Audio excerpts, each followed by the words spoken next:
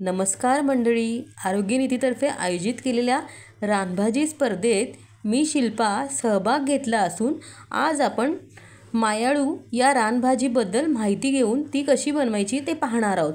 हे पहा, इथे मी थोडी मायाळूच्या पानांची भजी देखील बनवलेली आहे आणि भाजी देखील बनवलेली आहे। तर ह्या दोन रेसिपी आता आपण पाहणार आहोत आणि मायाळू रानभाजी कशी असते, कशी उगवते, कशी दिसते हेही सारं पाहणार आहोत। चला तर मग पाहून घेऊयात। हे पहा, अशा प्रकारे आपण कुरकुरीत भजी बनवलेली आहे आणि बघा पातळ भाजी देखील बनवली आहे। आपण याची सुकी भाजी बनवू शकतो, पण मी पातळ भाजी बनवली। आमच्याकडे पातळ भाजी सगळ्यांना आवडते। पहा, अशा प्रकारचा मायाळूचा वेल दिसतो। मागे भाजी मार्केटमधून ही मायाळूची भाजी नवीनच दिसली। ते भाजी विक्रेत्यांनी सांगितले की खूप छान होती ही भाजी, म्हणून मी घेऊन आले आणि जाड दांडे होते ते कुंडीमध्ये टोचले, तर त्याची बघा अशा प्रकारे भाजी उगवलेली आहे। अतिशय सुंदर अशी गोलाकार पानं असतात याची, लहान मोठी असतात। माझ्याकडे 2-3 वेल आहेत। काही वेलांना बारीक पानं आहेत, काही वेलांना मोठी मोठी पानं आहेत। बारीक पानं बघून आपण त्याची भजी बनवू शकतो आणि बाकीची पानं स्वच्छ धुवून एकावर एक घेऊन ती छान बारीक मोठी तुम्हाला हव्या त्या आकारात कापून तुम्ही त्याची भाजी बनवू शकता। मायाळू ही एक रानभाजी असते। ही भाजी पावसाळ्यात जास्त प्रमाणात दिसून येते। मायाळू गुणाने थंड असते आणि ही या भाजीमध्ये अनेक औषधी गुणधर्म असतात। मायाळूच्या पानांची भाजी खाल्ल्याने सांधेदुखी कमी होते, रक्तशुद्धी होते। भाजी पित्तनाशक आहे आणि ही भाजी पचायला हलकी देखील असते। यात अनेक विविध असे या भाजीमध्ये गुणधर्म आहेत। अगदी पालकाच्या भाजीप्रमाणेच ही भाजी अतिशय पौष्टिक असते। बघा अशा प्रकारे मोठी मोठी पानं देखील आहेत, ती आता आपण तोडून घेत आहोत। ही पानं भरपूर भाजी उगवलेली आहे आपल्याकडे, म्हणून आपल्याला दांडे घ्यायची गरज नाही, म्हणून मी फक्त पानं तोडून घेणार आहेत या भाजीची। पहा, अशा प्रकारे हे पहा किती सुंदर अगदी मोठी मोठी पानं आलेली आहेत या वेलाला। तुम्हाला जर ही कुठे भाजी मिळाली तर तुम्ही या पानांचे म्हणजे या भाजीचे दांडे लावून बघा, छान येते ही भाजी अतिशय। मायाळू हा वेल बहुवर्षायू वेल असतो। या वनस्पतीची बागेत, अंगणात, परसात तसेच कुंडीत कुठेही लागवड करता येते। मायाळू ही वनस्पती आशिया, आफ्रिका खंडातील उष्णकटिबंधीय प्रदेशात आढळते। मायाळू या वनस्पतीला वेलबोंडे असेही म्हणतात। इंग्रजीमध्ये मायाळूला इंडियन स्पिनॅच असं म्हणतात। मायाळू ही तांबड्या व पांढऱ्या हिरवट अशा 2 प्रकारची असते। आपल्याकडे जी आहे ती हिरवट प्रकारची मायाळू आहे, तांबड्या प्रकारची ही खूप छान लागते। आता बघा अशा प्रकारे आपण ही पानं काढून घेतलेली आहेत। आता ही आपल्याला स्वच्छ धुवून बारीक चिरून घ्यायची आहेत। पहा, पुन्हा एकदा पहा, अशा प्रकारची पानं दिसतात या भाजीची। रक्ताची किंवा पित्ताची उष्णता अतिशय वाढल्यास मायाळूच्या पानांची भाजी देतात। गुणधर्माने ही भाजी थंड स्वरूपाची असते। मायाळूची भाजी पालकाप्रमाणे चिरण्यास हलकी असते आणि औषधी असते। सांध्यांच्या ठिकाणी वेदना व सूज कमी होण्यासाठी ही भाजी उपयुक्त आहे। रक्तविकारात वाढलेली उष्णता या भाजीमुळे कमी होते, रक्तशुद्धी होते, त्वचा विकारही कमी होतात या भाजीमुळे। या भाजीच्या नियमित सेवनाने दाह आणि वेदना कमी होतात। अंगावर पित्तरस उठल्यास या भाजीच्या पानांचा रस सगळीकडे लावतात आणि ही भाजी केसांसाठी खूप छान आहे। अतिशय दाट व घनदाट केस होण्यासाठी या भाजीच्या पानांचा रस सकाळी अनुष्यापोटी उपयुक्त ठरतो। आपल्याला भाजल्यावर देखील या पानांचा आपण लेप लावल्यास आपल्याला आराम पडतो। तर पहा, अशा प्रकारे मी या भाजींची पानं स्वच्छ धुवून चिरून घेतलेली आहेत। तुम्हाला हव्या त्या आकारात तुम्ही चिरू शकता। हे पहा, आणि आता बघा मी थोडं लसूण, जिरे, धणे आणि मिरची आणि मीठ हे या भाजीसाठी मी छान ठेचून घेणार आहे। तुम्ही मिक्सरवर वाटून घेतलं तरीही चालेल, पण ठेचल्याने चव अतिशय छान लागते, म्हणून मी हे सगळं खलबत्त्यामध्ये कुटून घेणार आहे। बघा अशा प्रकारे कुटून घ्यायचं आहे छान। थोडंसं ओबडधोबडच कुटायचं आहे, जास्त बारीक कुटायचं नाही आपल्याला। आता अशा प्रकारे कुटून झालं आहे। आता एका कढईमध्ये मी तेल गरम करून घेतलेलं आहे आणि हा हिरव्या मिरचीचा कुटलेला मसाला आता आपण तेल गरम झाल्यावर याच्यामध्ये टाकून घेतलेला आहे। आता छानपैकी आपल्याला परतून घ्यायचं आहे. परतून घेऊयात आपण तेलावर. बघा अशा प्रकारे झालेलं आहे आपलं परतून. खूपच छान सुगंध सुटलेला आहे फोडणीचा, फारच छान, मस्तच. आता यामध्ये आपल्याला थोडंसं हिंग घालायचं आहे. तुम्हाला मोहरी वगैरे फोडणीला घालायची असेल तर तुम्ही घालू शकता. आता यामध्ये थोडंसं हिंग घातलं आहे आपण. हिंग छान परतून झालं की याच्यामध्ये हळद घातली आहे.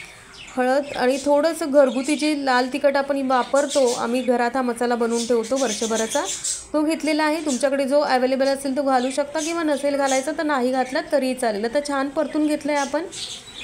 आता यामध्ये आपण हे तीळ घातलेले आहेत. तीळ घातल्यास अतिशय चविष्ट होते भाजी. तुम्हाला जर तिळकूट घालायचं असेल, तीळ वाटून तरी तुम्ही घालू शकता. थोडे बटाटे घातलेले आहेत मी.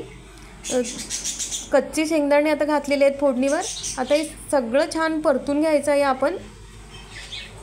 मस्त सगळीकडे जो मसाला आहे या साहित्याला लागला गेला पाहिजे. अशा प्रकारे छान आपण हे परतून घेऊयात. मस्तच खमंग असा सुगंध सुटलेला आहे या फोडणीचा. आता यावर आपण बारीक चिरलेली पानं घालून घेतो आहे. पहा अशा प्रकारे ही मायाळूची पानं आता आपण ह्याच्यामध्ये घालून घेतलेली आहे.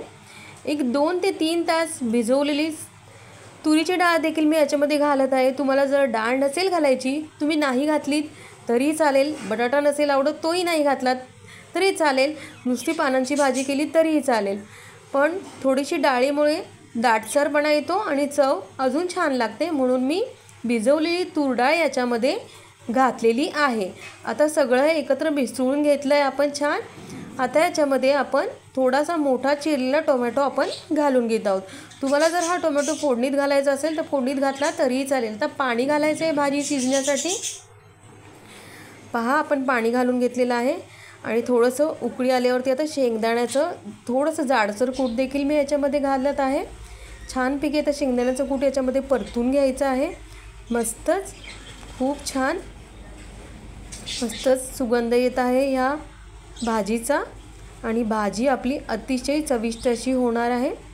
आता थोडीशी उकळी आली आहे त्याच्यात आपण अजून थोडंसं पाणी घालून घेणार आहोत, कारण भाजी शिजण्यासाठी आपल्याला अजून पाणी लागेल. पाणी घातलं आहे आता आपण. आता ही भाजी आपण झाकण ठेवून शिजवून घेणार आहोत. 15 ते 20 मिनटात ही भाजी शिजते. तरी तुम्ही अधूनमधून चेक करत राहा की भाजी शिजले नाही शिजले, त्याप्रमाणे तुम्ही भाजी शिजवून घ्या. हे बघा आता आपण उघडून पाहिलेलं आहे. बऱ्यापैकी भाजी आपली शिजत आलेली आहे, शिजलेली आहे. पहा थोडीशी दाटच झाली म्हणून याच्यामध्ये अजून थोडंसं पाणी आपल्याला टाकावं लागणार आहे. मी टाकेन पाणी थोड्या वेळाने. तुम्ही भाजी पहा अशा प्रकारे शिजलेली आहे. मस्त सुगंध सुटलेला आहे. भाजी शिजल्यावर तुम्हाला वरून फोडणी देखील करायची असेल तर करू शकता. थोडासा गूळ याच्यामध्ये आपण घालून घेतलेला आहे. थोडासा गूळ घातलेले अजून छान चव येते भाजीला. आणि आपण मगाशी मीठ फक्त आपण त्या मिरचीच्या वाटणामध्ये ठेचून घेतलं होतं, म्हणून आता थोडंसं मीठ आपण भाजीला लागणार आहे ते घालून घेतलं आहे आता याच्यामध्ये. आता कोथिंबीरही या भाजीमध्ये आपण घालू शकतो. तुम्हाला नसेल घालायची तुम्ही नाही घातली तरी चालेल, पण कोथिंबीर घातल्याने देखील भाजीला एक अप्रतिम स्वाद येतो, म्हणून याच्यामध्ये आपण कोथिंबीर घातलेली आहे. आता तुम्हाला भाजी कशी दाट पातळ हवी आहे त्याप्रमाणे तुम्ही पाणी घालून घेऊ शकता. अशा प्रकारे आता छान आपली भाजी शिजलेली आहे आणि फारच छान चविष्ट झालेली आहे. मी तुम्हाला पुन्हा एकदा सांगते, तुम्हाला जर वरून पण फोडणी घालायची असेल, लसूण, लाल तिखट, जिरे, तेल हे सगळं परतून, तर तुम्ही याला वरून एक फोडणी घालून घेऊ शकता. मी काही घातलेली नाही, मला अशीच ही भाजी छान वाटते. बघा अशा प्रकारे आता आपली भाजी खाण्यास तयार आहे. पोळीबरोबर, भाकरीबरोबर, भाताबरोबर, कशाबरोबर ही भाजी खूप छान लागते. आता मी या भाजीची बारीक बारीक पानं जी माझ्याकडे होती ती बाजूला काढून ठेवलेली आहे. त्याची आपण भजी बनवून घेणार आहोत. हे बघा अशा प्रकारे ही बारीक पानं मी बाजूला काढली होती छान.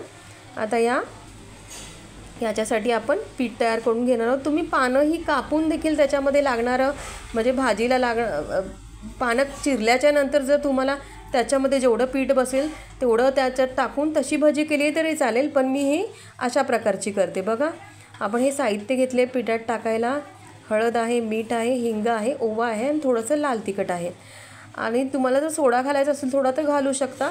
आता हे चणा डाळीच्या पिठामध्ये हे सारं आपण घालून घेतलेलं आहे. आता हे एकत्र मिसळून घ्यायचं आहे आणि लागेल त्या प्रमाणात आपण याच्यामध्ये पाणी घालून घेणार आहोत। पाणी घालून घेऊन छानपैकी याचा आपण एक घोळ तयार करून घ्यायचा आहे। थोडीशी कोथिंबीर घातलेली आहे, तुम्हाला नसेल घालायची नाही घातली तरीही चालेल। आता छान एकत्र करून घ्यायचं आहे मस्तच। पहा आता आपण हे सगळं साहित्य एकत्र करून घेत आहोत। अशा प्रकारे साहित्य आपण एकत्र करून घेतलेलं आहे। पहा याच्यामध्ये अजून थोडंसं पाणी घालावं लागणार, ते आपण घालून घेणार आहोत। आणि थोडंसं मी याच्यामध्ये हिरवं वाटण टाकले, मिरची लसूण जिऱ्याचं वाटण आहे, तुम्हाला नसेल घालायचं नाही घातलं तरी देखील चालेल। थोडंसं पाणी घालून बघा, मी पातळ बनवलं थोडंसं। आणि आता याच्यामध्ये पानं बुडवून घ्यायची आहेत आणि गरम तेलात घालून आपल्याला तळून घ्यायची आहेत। आता गरम तेलामध्ये मी ऑलरेडी घातलेत आणि छान बघा पानं मस्त तळली जात आहेत।